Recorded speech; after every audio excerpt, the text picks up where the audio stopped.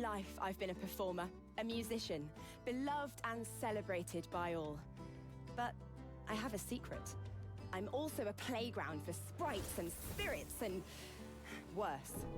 The voice that rings inside me now is darker than any that came before. Almost caused a bunch of my fans to rip each other to pieces. But you can trust me. I've got this under control. Step 1. Find out who or what is trying to take control of my mind. Step 2. Make it sorry it ever tried.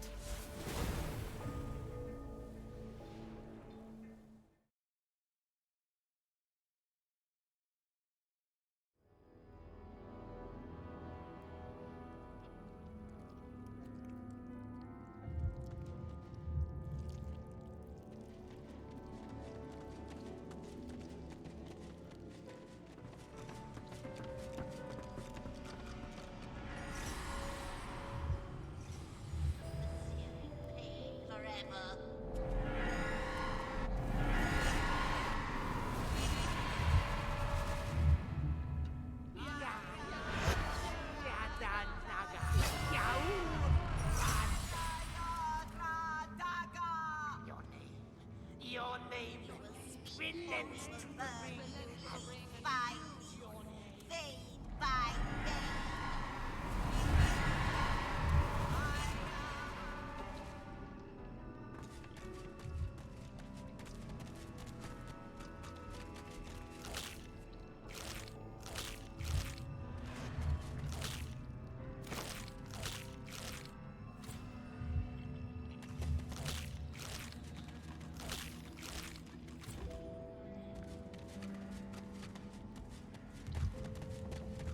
Slaughter. What happened to them?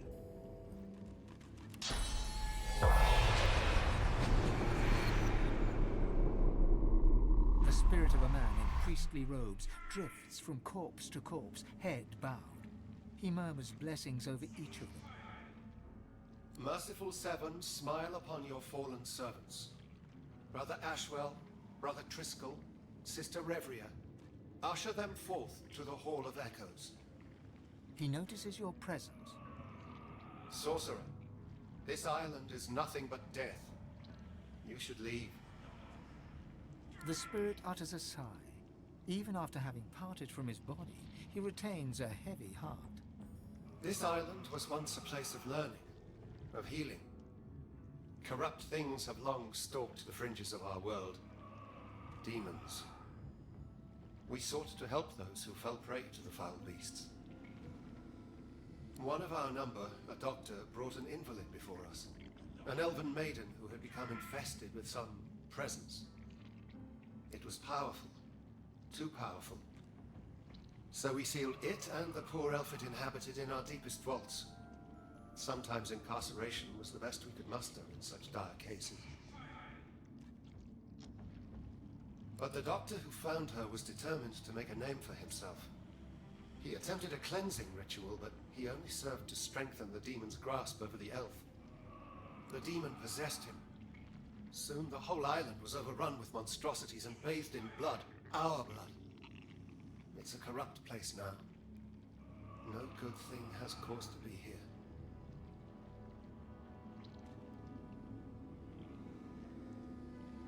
I am well versed in such things. I, my brothers and sisters, studied the wondrous, the arcane, the malignant. Easier to fight evil forces when you understand them. Our world abounds with demons and dark forces. Those who prey on the weak. They are a curse. But we were a scourge upon them.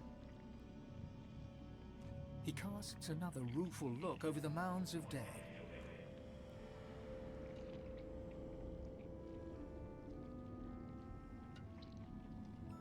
No more. The statues guard the vaults where we kept those who were beyond help. No ritual could cleanse them of the dark forces that infested them, so we sealed them away. We did not use such cruelty lightly. There was no other choice. The statues guard the path. They will grant passage to those who sing from the hymn book, from the archives. The spirit closes his eyes and murmurs a prayer for one last soul, his own. Mighty Seven, smile upon your servant, Brother Kalan.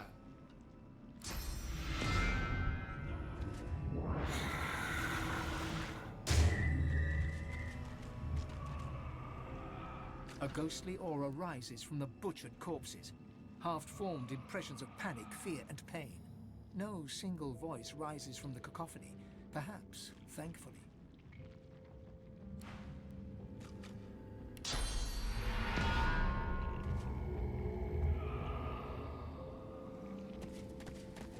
A spectral mass lies before you, not one or two beings, but parts of several, slaughtered together, then left to rot without care or ritual. Disparate glimpses of pain and horror drift past you like a fever dream. A limb is rent from its socket, accompanied by a hollow, ghostly scream. A robed woman crawls away desperately, her face a mask of terror. A sage old dwarf holds his own innards in his hands with bloody bemusement.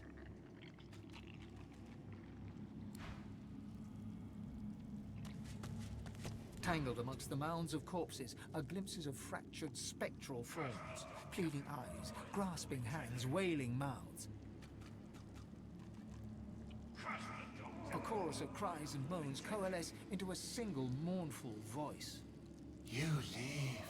We hear your heartbeat. We feel your breath. Come closer. Why have you come here? This island is nothing but pain and blood. We cannot help you with such things. We are beyond it. But you have questions. We can feel them. Ask. We were scholars, priests and priestesses. We sought to study the evils of the world so that we could defeat them. Instead, we were consumed. A dark force erupted from within an innocent whom we had tried to help. It made this island its own and killed all that it found. We are beyond help.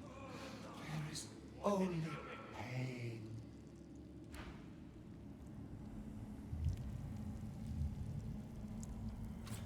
The doctor! Damn it!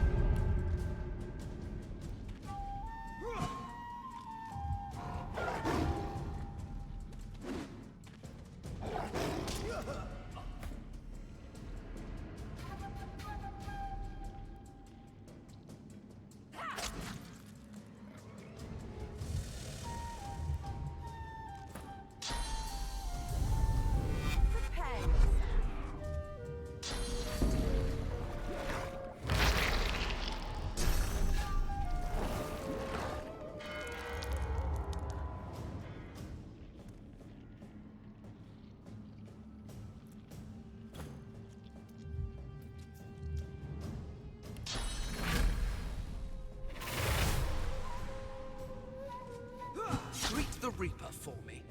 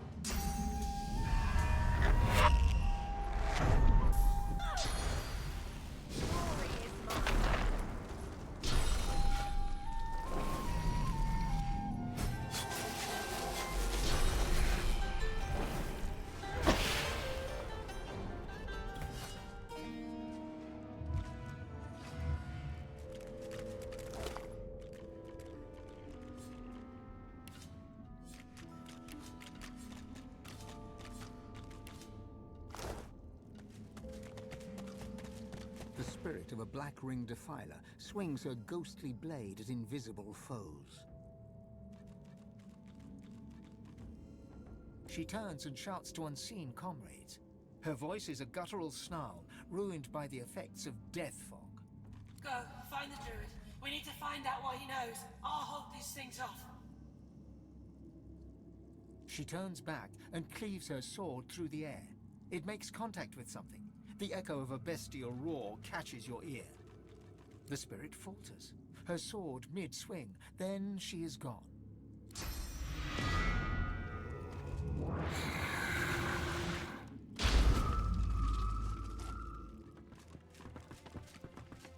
The howling. How can you bear it? The spirit cocks his head and covers his ears, hoping to muffle screams that only he can hear.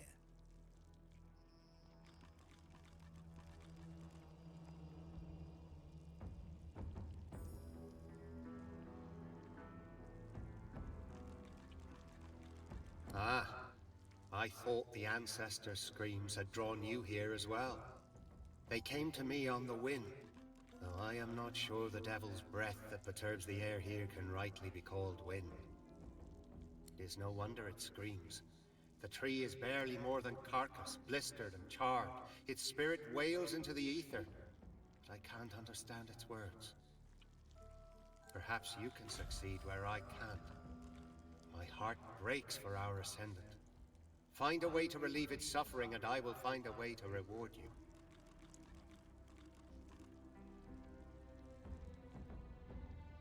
A druid. There are too few of us. Elf-kind finds value in flesh where memory lingers. I collect memories, yes, but I am more keen on bark and leaf. On the living breeze, not the sleeping past. Well, yes. I have kept my ears to the ground, ghostly they may be. This is an archive, a library devoted to history and scholarship. There must be a record there of the elf that spawned the corrupted tree. I can't say where its entrance lays. The whispers that speak of the archive are all but drowned by my ancestors' grief.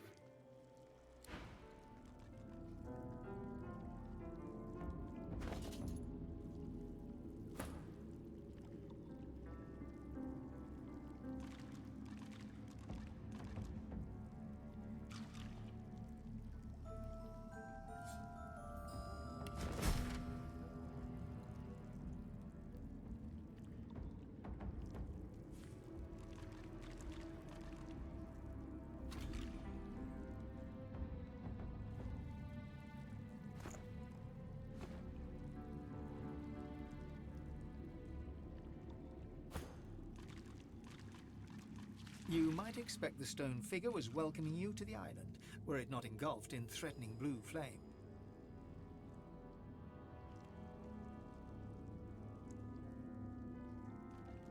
The hymn twines around the effigy like a fine thread. Guardian burning bright with sourceful flame, abide the sacred call, reveal the godsless hall. Winged keeper, song doth bid you break.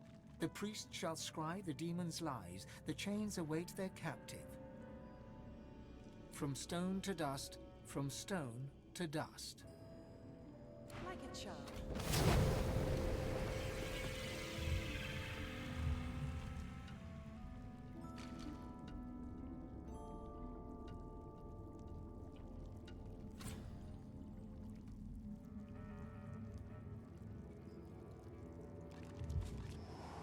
Must be one of those vaults.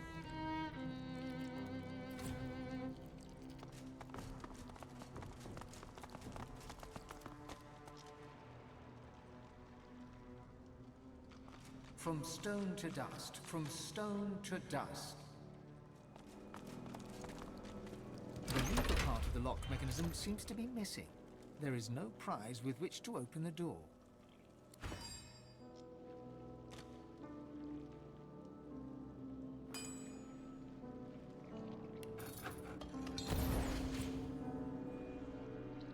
A presence accosts you. You cannot see it, yet know it is there. It is in front of you, then behind, then finally within. You hear its whispers. I see what's inside you. And then it is gone.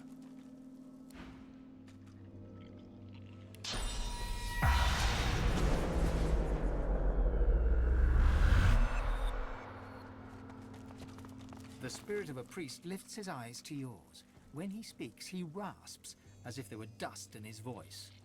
I watch the gate. Who goes there? I watch the gate. I watch the one who must be watched. I watch the one who should be dead but can only be chained. I watch the gate. You must leave. The one who must be chained will take your soul. Do not let it speak. Do not let it speak to you. No, you must leave. You must not speak to it. You must not speak to the one who must be chained. It will steal your soul. It will steal your very soul.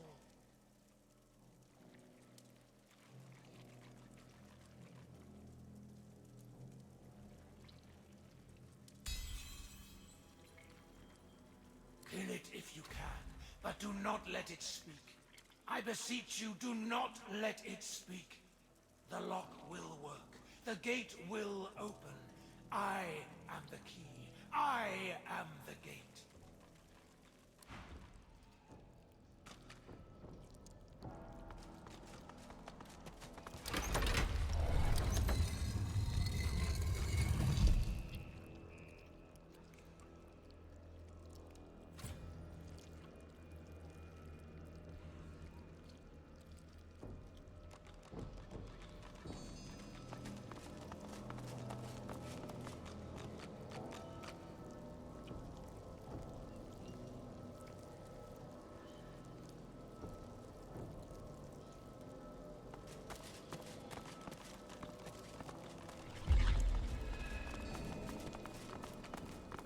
A lizard on all fours lies chained in the pit. The raw power you sense within her is barely contained by the spell that binds her.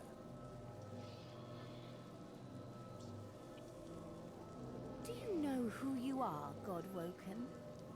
Do you know what you seek? I am you, but greater. I am Godwoken, born to be divine, all-powerful. So powerful the priests imprisoned me here. They feared me, and so they should. I am fearsome, and I am generous. I will grant my powers to the Godwoken who would use them for good. Deep inside you, the word power wakens your god's desire, for power is what it wants. Desire rises to surround your heart, but its avarice is tinged with suspicion.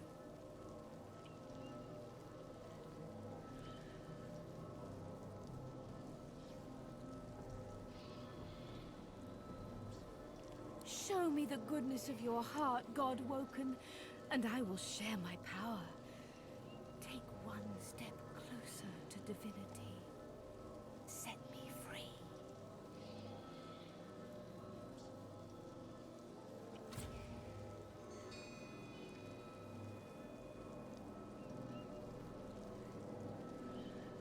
Come, give your heart to me.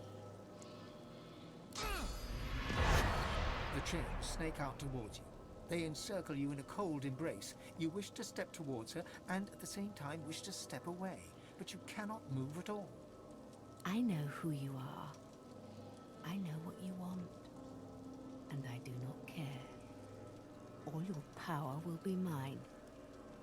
I will eat your heart. The pain as the source is torn from you is both agonizing and sublime, and then it is gone. When she speaks, the honey in her voice is gone. She speaks now as a demon. Now, you die. Then I shall teach your final lesson.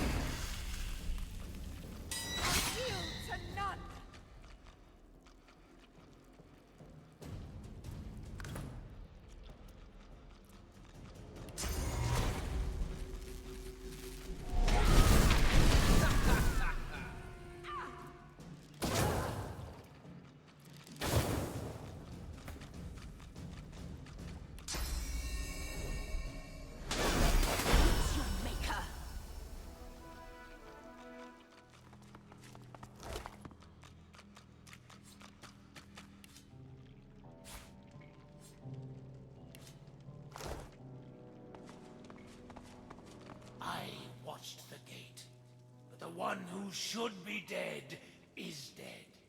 I'll watch the gate no more.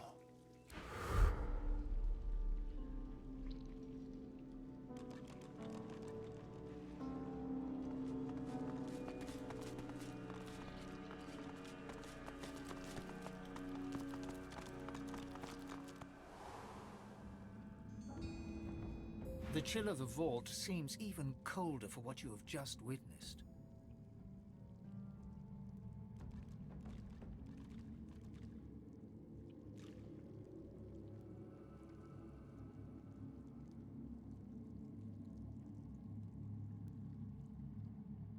Forever in the dark, forever amid the cursed. This was a place of sadism, not salvation. Folks locked away with demons. Demons bound by enchanted chains. There's something barbaric about it all. To lock someone away for eternity is terrible. But to leave them with no one but a demon for company, that is unforgivable.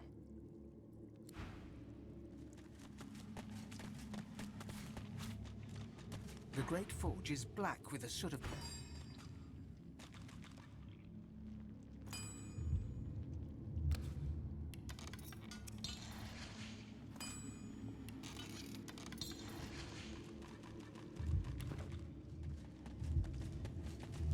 You might expect the stone figure was welcoming you to the island, were it not engulfed in threatening blue flame. The hymn twines around the effigy like a fine thread. Guardian burning bright with sourceful flame, abide the sacred call, reveal the godsless hall. Winged keeper, song doth bid you break. The priest shall scry the demon's lies, the chains await their captive. From stone to dust, from stone to dust.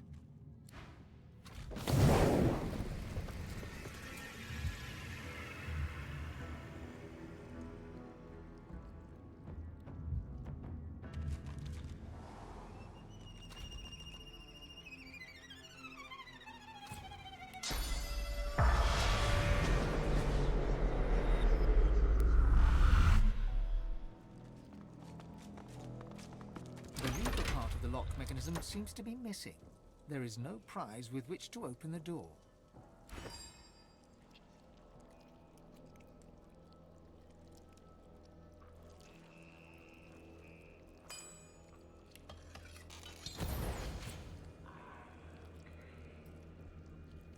A trembling spirit wrings his hands, his eyes darting around the room.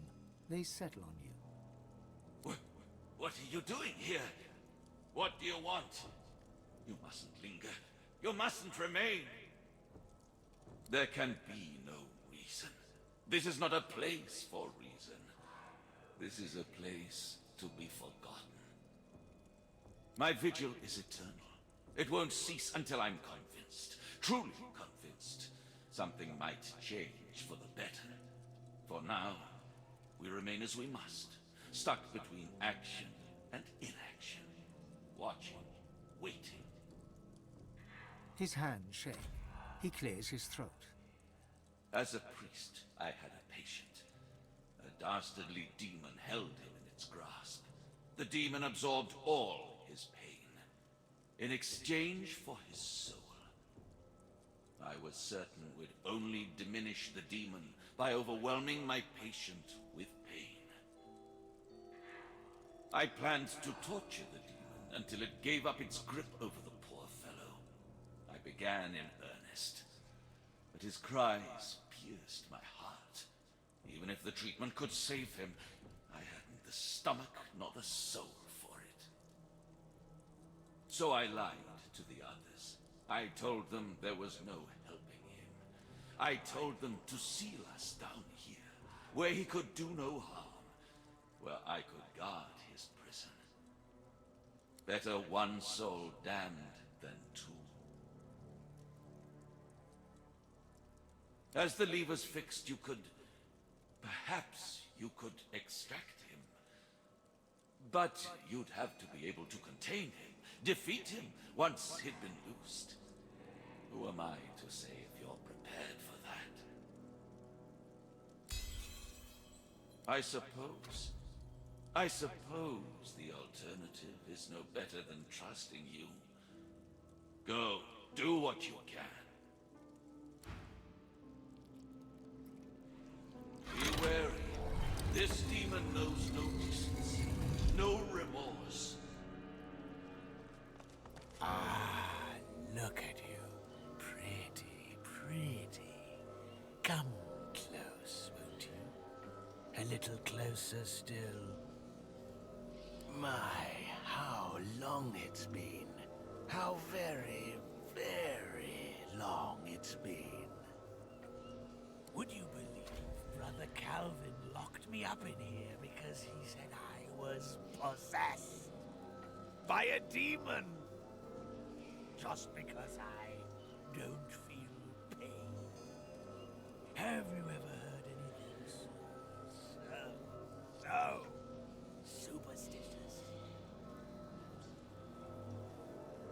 He looks at you shrewdly, some kind of twinkling affinity sparkling in his dark eyes. I think about superstition a lot. A lot. You'd be quite amazed how much thinking you can get done in millennia of imprisonment. Praise the seven, right? Praise the seven, that's all over. You are here to free me, right?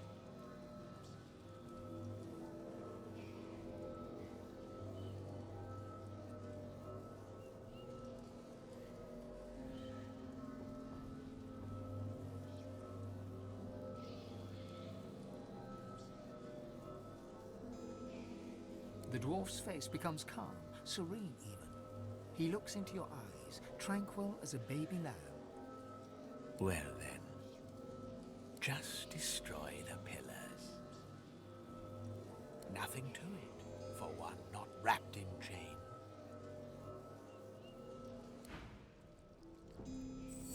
I know you can hear me. Look away,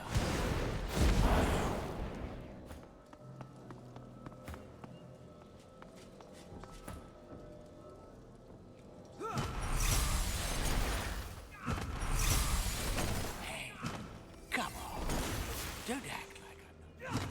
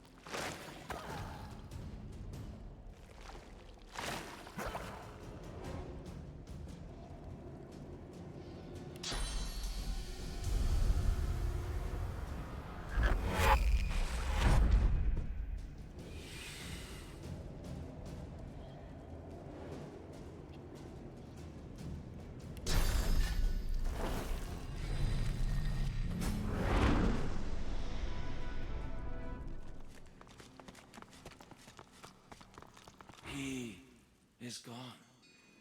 Taken at last by the wicked spirit that consumed him. A tragedy has happened today. A tragedy indeed. I have no more reason to keep my vigil. I failed him.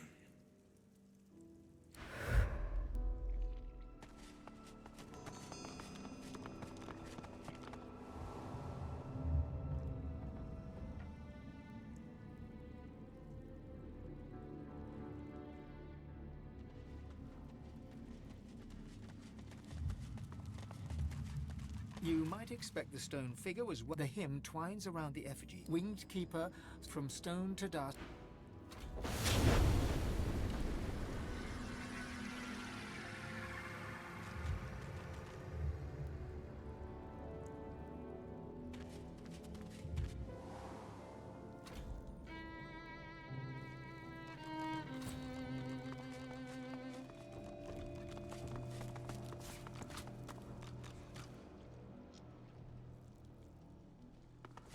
The spirit of a young robed man paces the chamber anxiously. He sees you approach. A look of trepidation crosses his spectral features. Did my order send you? To cure the child?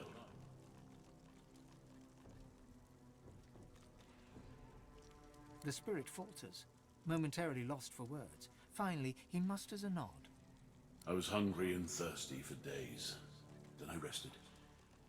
When I woke up next to my corpse, I thought I was delirious. I hoped I was delirious. But eventually I realized what had happened. Some form of demon seized her and nested inside her mind. She cannot speak or move. We did what we could to help, but we could not risk provoking the beast within. We can find her here, until a way to safely remove the demon can be found. It was my duty to watch over her, but I was never relieved of that duty. She has no family that we know of. All she had was a pet cat. That poor girl's life is drifting past her, thanks to that demon. Her cell is just over there. I can let you in, but are you sure you can help her? What are you going to do?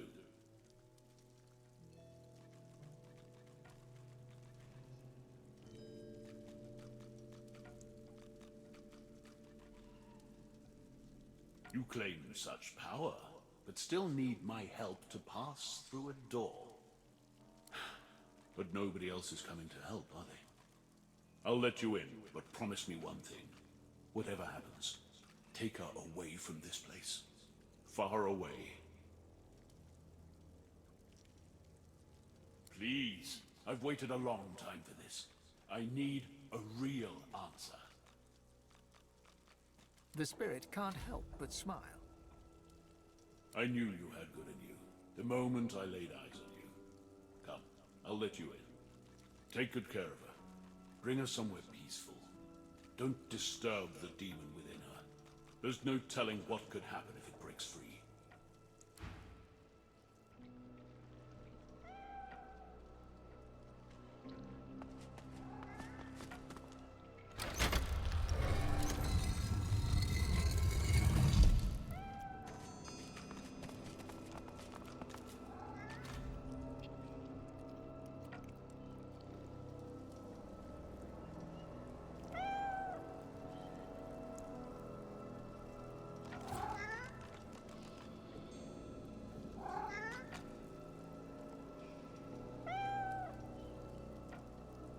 The undead cat arches its back and hisses aggressively at your presence.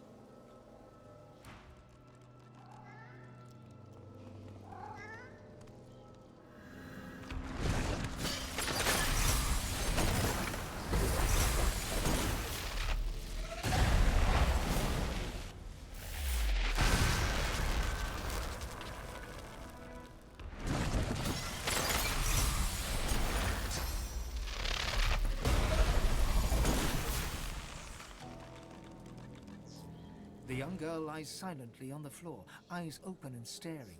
Her only movement is the tiniest rise and fall of her chest. In the deepest black of the girl's pupils, something moves.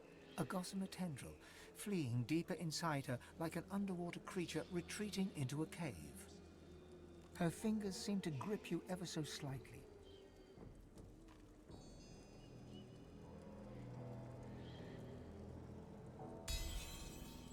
The girl's grip tightens. A flush of color spreads across her previously bloodless features. She's grown stronger, strong enough to move, perhaps.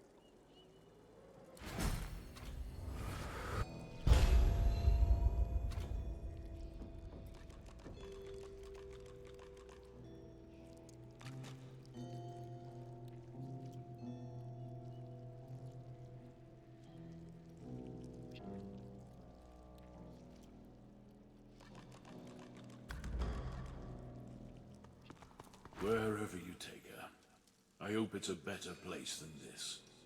Thank you. Take care of her. Cure her if you can. My task here is done.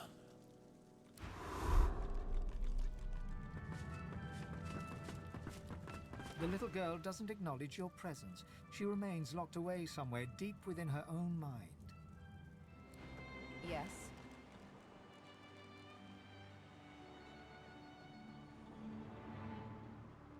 I was given my needle by the master. Guess I'm just sentimental like that.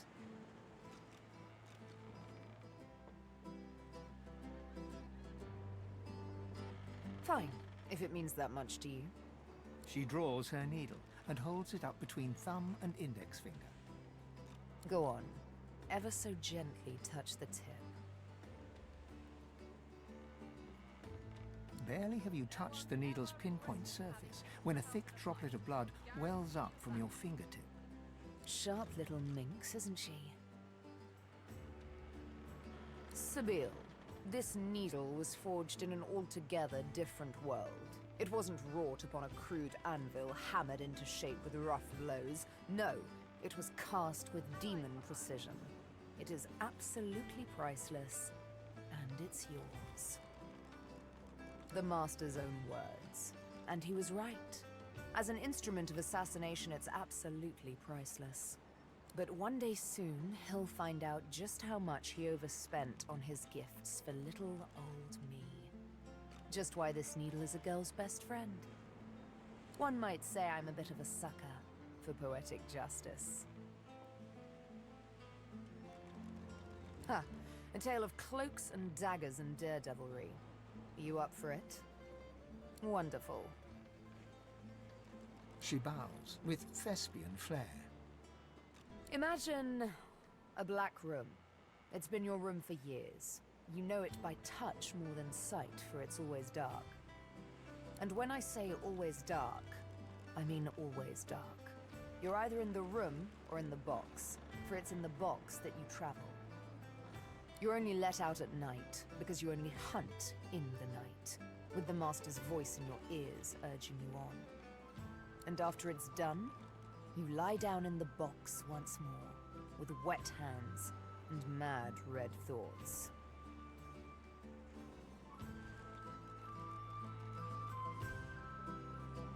Sometimes it's best to let sleeping questions lie. The thing is, the box didn't break me. Though I confess it taught me to hate. One night, I killed a scholar. With my needle through his fragile old skull, he fell headfirst upon his writing desk, blood mingling with spilt ink. It's when I saw the ink that timid thoughts of rebellion first bloomed. Back in my dark room, I dipped my needle that killed the scholar in his own ink, and engraved his name in my skin. I'd remember him. I'd honor him with vengeance. His name was the first, but many more followed. Of course. She bares her left arm and shows you the name.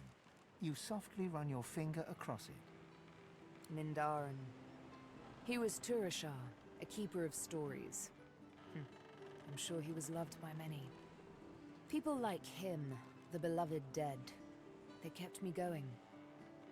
Then, one day, it happened. A gush of wind, a sliver of light, Light. I hardly knew it for what it was. A simple oversight that comes with habit. A door, left slightly ajar. That was all I needed to feel a rush of blood, a thirst for liberation like never before. I tore at the shackles that kept me chained to the floor, iron thick as a smith's wrists. Of course they wouldn't budge, they never did before. But now that I saw the light, something welled up inside me, a raw and undeniable burst of power. The shackles broke, and next thing I knew, I was free. I stood alone outside the ruins of a fortress, snow-capped peaks all around me. But the sun, oh, the sun. I had risen as if from the grave, and she kissed me back to life. Why, I traveled back to civilization and had myself a long, luxurious bath.